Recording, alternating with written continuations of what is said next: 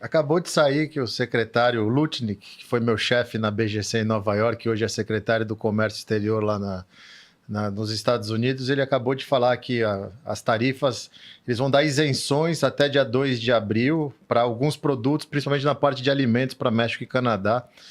Tá parecendo uma festa junina, né? Olha a chuva, é mentira, olha a cobra, é mentira. Só que a gente tem que entender uma coisa.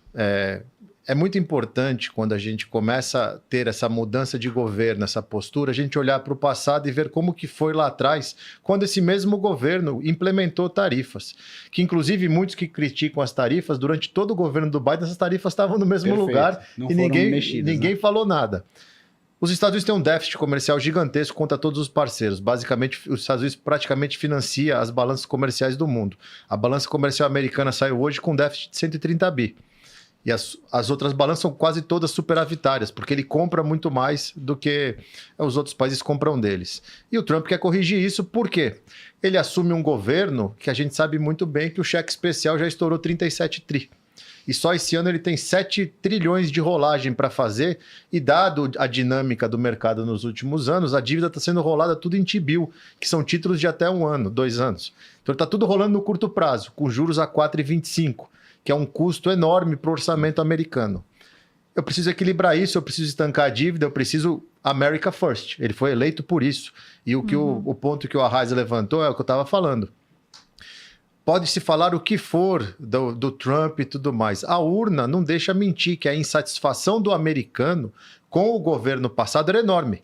Porque o S&P sobe 50% em 2 anos e os democratas que estavam no poder deles foram varridos. Não foram varridos, só o presidente perdeu pelo número de delegado. Perdeu o número de delegado, voto popular, Congresso, Senado, perdeu em tudo. O americano falou, pessoal, a nossa vida não está boa aqui, o S&P pode estar bem, a nossa vida não está boa. E o Trump está implementando o que ele falou a campanha toda. É que ele, como você já comentou algumas vezes no seu conteúdo, Bruno, você lê o livro, ele faz isso. Ele dá uma voadora na porta e depois ele começa, não, vamos chegar no meu tempo. A voadora é todo dia, por enquanto, até as coisas começarem a ganhar atração. Mas tem um ponto importante. Tem uma pessoa-chave no governo Trump que ele não é um personagem hoje ativo, mas ele é bastidor, o Bannon. E ele falou uma verdade. O nosso grande erro no primeiro governo Trump é que a gente falava e fazia, e aí o pessoal tinha tempo de nos atacar. O Bannon é o cara que estava por trás do marketing do Trump? Isso. O que eles estão fazendo dessa vez? Perceba.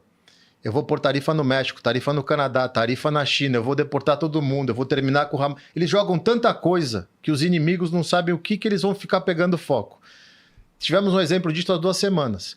Com essa história de tarifa do México-Canadá, enquanto todo mundo ficava debatendo isso e as demissões do Dodge, eles passaram na Câmara o orçamento e conseguiram prolongar o shutdown do governo que ia acontecer em fevereiro. E eles conseguiram aglutinar apoio, suporte para votar e passar... E ninguém falou nada disso. Esse shutdown seria aquele limite da dívida. Limite da dívida. Tem que novamente ver se pode ampliar o limite. Eles conseguiram jogar para março e já estão conseguindo jogar isso aqui para setembro. Ele falou hoje num Twitter, que não é Twitter, né? A Truth Network, que é dele, que a gente já está negociando para conseguir rolar isso para setembro para fazer American Great. Então, vai ter muito atrito nesse começo, vai ter muito barulho, só que aos poucos a gente está vendo que a máquina está realmente indo para o lado que deveria, que é o setor privado. Eu vejo, sim, alguns principais motivos que pode estar levando o Trump a implementar essa política de tarifas. Acho que a primeira delas, a gente olha e vê vários setores importantes para a soberania nacional que os Estados Unidos estão um pouco defasados. Desde pandemia faltou EPI, teve que importar da China equipamento de proteção.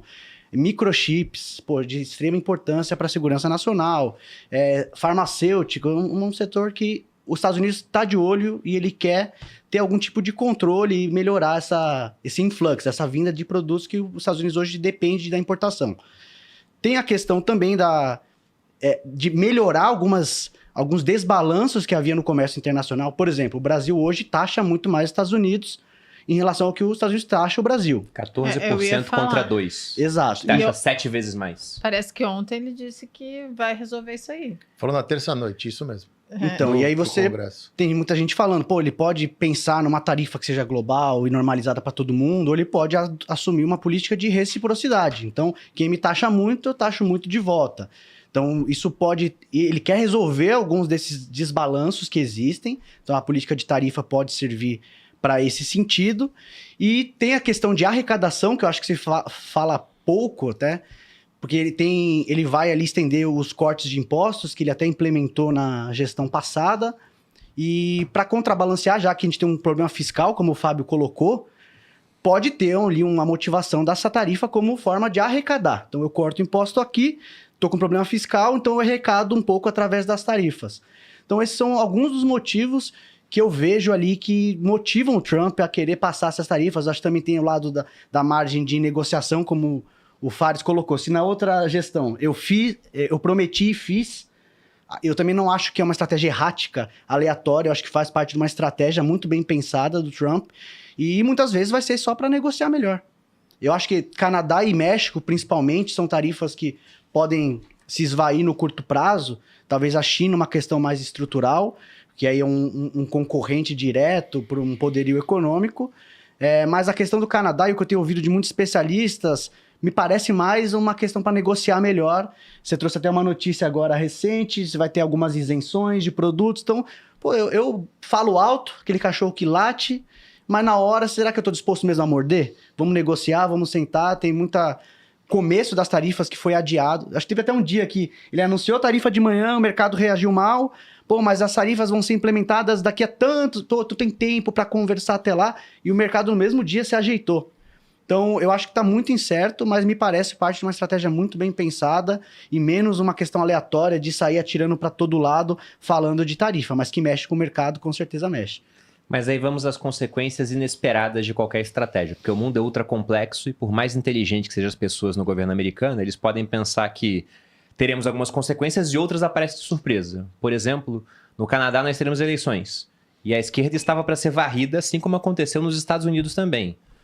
E, de repente, a esquerda volta a ficar favorita. Porque o candidato da direita, ele tinha uma aproximação com o Trump, e quando o Trump fala, eu vou taxar, vou anexar o Canadá. Não, ele causou com o Canadá. E aí, ele causou o Canadá. Ninguém mais quer o cara da direita, ele virou radioativo. Então, ele poderia ter alguém mais próximo dele, em termos de amizade, em termos até de querer fazer políticas parecidas.